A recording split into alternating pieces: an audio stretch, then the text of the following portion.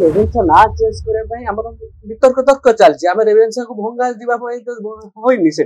महाताब होती एक 7 थर पार्लियामेंटारियन आपण इंटरनेशनल देखु नेशनल देखु जो रहे भ्यू रहे जहाँकि भ्यूटा रहे नेशनलिस्ट ऊपर रहे भ्यूटा जहाँकि डेवलपमेंट ऊपर रहे जहाँ बेटर हम सी भी सजेस्ट करती अटैक करिया पर्सनल अटैक करिया एक दुर्भाग्य जो कथा जहाँकि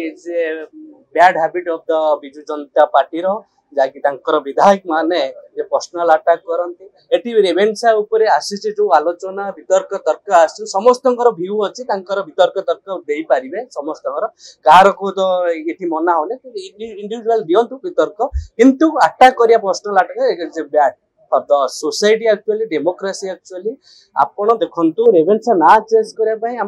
वितर्क तर्क चलती आम रेवेन्सा को भंगा जावाई तो होनी से रेवेन्सा उन्नतिकरण करिवो काहे जहाँकि आम जदि गोलामी होकि आपण किसी व्यक्ति से गोलाम हो रहा चाहूँगी से माने उठुना से इंग्रेज मान को साहेब कहीकि सम्मान कर ढंगे चली किंतु जो ओडिशा अस्मिता फेरी आसिया ओडिशा रे जे ओडिया जमती भ्यू उठू ओडिया जातिर ओडिया जदि स्वाधीनता संग्रामी माने बहुत भी अच्छा